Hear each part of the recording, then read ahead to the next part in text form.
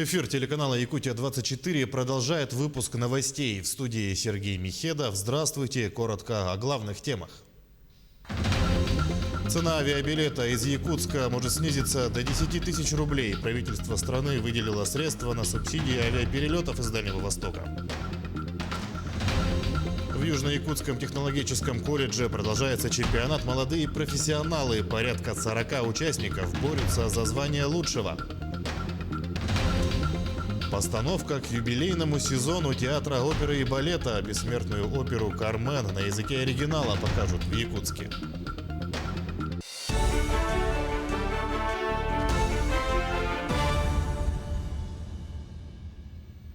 Цены на продукты в прошлом году превысили уровень инфляции. Об этом сообщил Владимир Путин на совещании по экономическим вопросам. Глава государства заявил, что цены на продовольственные товары выросли больше инфляции и предложил подробно рассмотреть тему позже с учетом итогов января. Путин отметил, что глубина экономического спада в России оказалась меньше, чем в большинстве стран с развитыми развивающимися экономиками. При этом президент подчеркнул высокий уровень безработицы в стране и поручил правительству добиться полного восстановления рынка труда к концу года. Кроме того, Владимир Путин объявил об еще одной задаче – выйти к концу десятилетия на темпы строительства жилья в 120 миллионов квадратных метров в год. Между тем, повышение цен на фрукты и овощи в Якутии может стать основанием для привлечения к ответственности и наложению штрафов.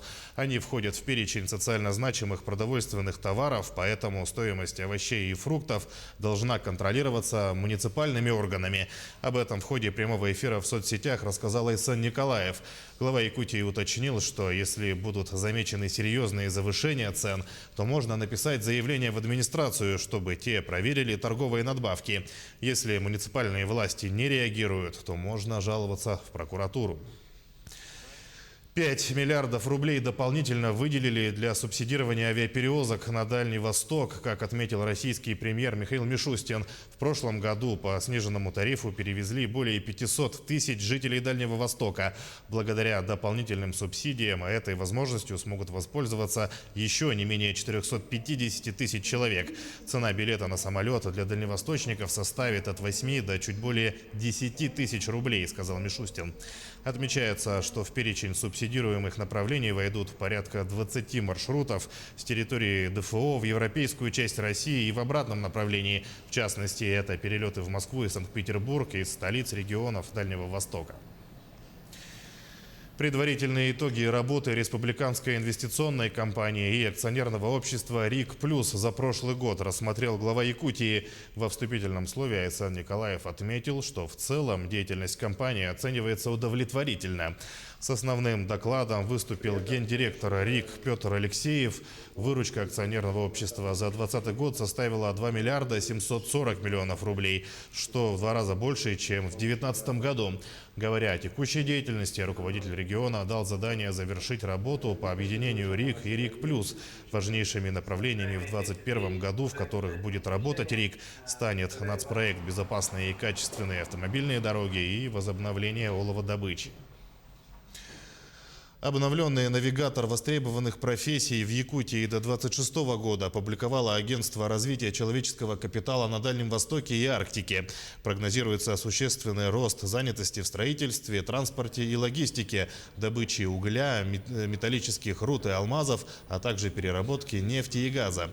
Крупнейшими работодателями с потребностью в местных кадрах названы компании «Колмар», «Алроса», «Селигдар», «Эльга-Уголь», «Якут-Уголь», золотодобывающие компании «Полюс», «Алдан» и «Золото Селигдара», а также авиакомпания «Полярные авиалинии», «Железные дороги Якутии» и их домостроительный комбинат.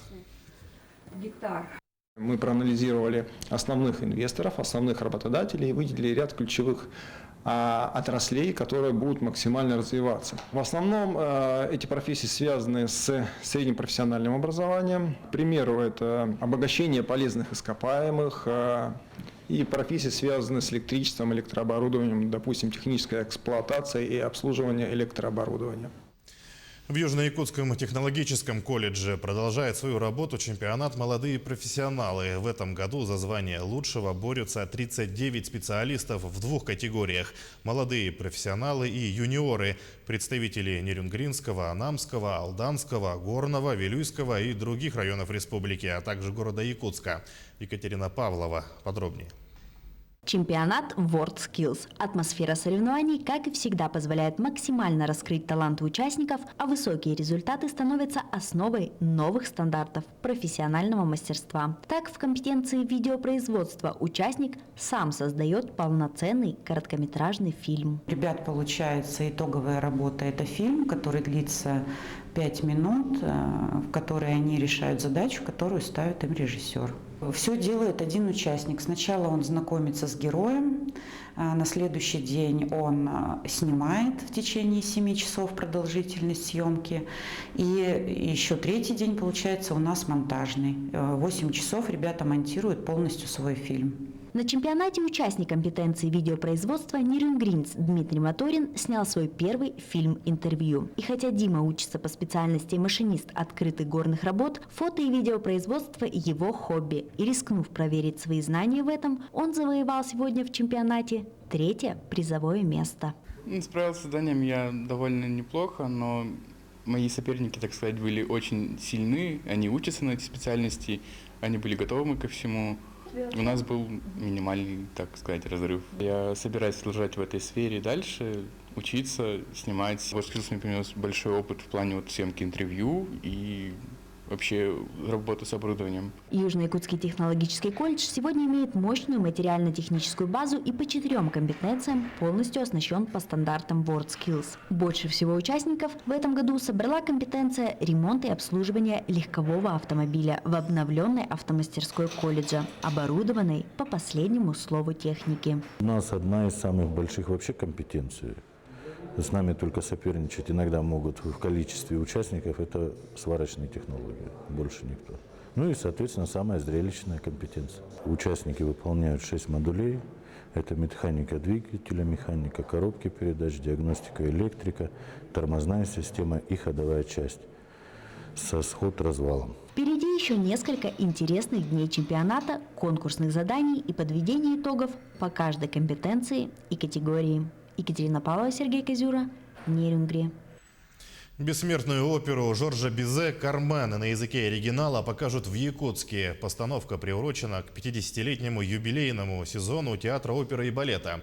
Репетиции уже начались, с актерами работают приглашенные специалисты.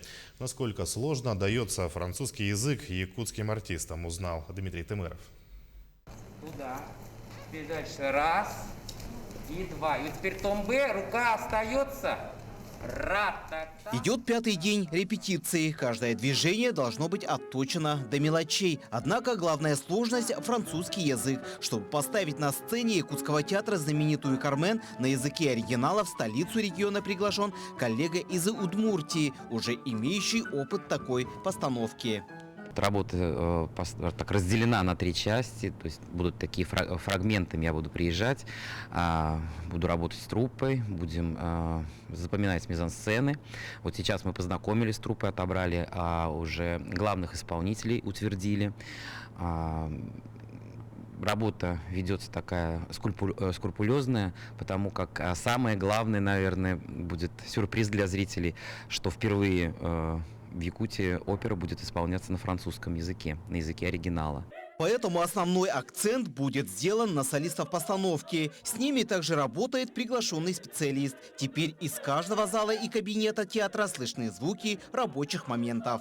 У нас есть замечательный коуч, который помогает нам, носитель языка, достичь правильного и хорошего произношения. Оказалось, что билингвизм большинства артистов театра только на руку. По словам приглашенного тренера, именно носители якутского языка очень быстро схватывают нюансы произношения. Что очень интересно, то, что певцы тоже говорят по-якутски, очень много помогает, потому что между французскими и якутскими языками есть очень много общих звуков. И тоже место ударения по-французски и по-якутски на одном же месте в словах. Впрочем, театральная труппа просит жителей и гостей столицы не бояться того, что постановка на французском. Бессмертная опера «Бизе» будет понятна даже без перевода. Ведь это возможность окунуться в атмосферу любви, страсти и красоты, понятную любителям искусства во всем мире. Сам Чайковский сказал в свое время, что это будет самая исполняемая опера всех времен и народов. Это действительно так. Столько такое обилие хитов, настолько обилие интересной музыки не может просто не тронуть. Не бойтесь то, что опера будет на французском языке. Во-первых, будет бегущая строка. Во-вторых, все мизансцены построены таким образом, что я постараюсь, как режиссер, взять зрителей за руки и провести по этому спектаклю, объясняем каждую мизансцену. Отбрасываем все страхи и сомнения, покупаем билеты и приходим в Саха-опера на спектакль «Кармен». Премьера мирового шедевра назначен на 27 марта. Дмитрий Тымыров, Джулслан Иннокентьев, Якутск. Далее о спорте. Масс-рестлинг покажем в прямом эфире с 25 по 28 января на канале НВК «Саха». Смотрите прямые трансляции чемпионата по масс-рестлингу среди спортклубов на Кубок спортивного комплекса «Мадун». Соревнования разделены на 7 весовых категорий, 5 мужских и 2 женских. 4 клуба представят своих спортсменов. Основная цель соревнований – дальнейшая популяризация клубной деятельности в республике. Из-за ограничительных мер в регионе турниры по масс-рестлингу не проводились с марта. Благодаря каналу НВК «Саха» телезрители смогут увидеть захватывающие схватки после вечернего выпуска новостей в 21:00. Соревнования будут проходить по телеформату, поэтому выбрали только 4 команды. Первый день будут встречаться первые и вторые номера по жребию. Второй день будут встречаться 3-й и 4-й номера. Третий день проигравшие будут оспаривать 3-е место. И в 4-й день будет финал. Выигравшие будут встречаться в финале. Спортсмен Дамир Корякин из Сунтарского района, выступая на первенстве республики по вольной борьбе, использовал во время схватки движения из аниме «Наруто» и победил. По мнению интернет-пользователей, движения, которые он использовал на ковре, были похожи на технику призыва. Этот прием часто используется в популярном японском мультсериале «Наруто».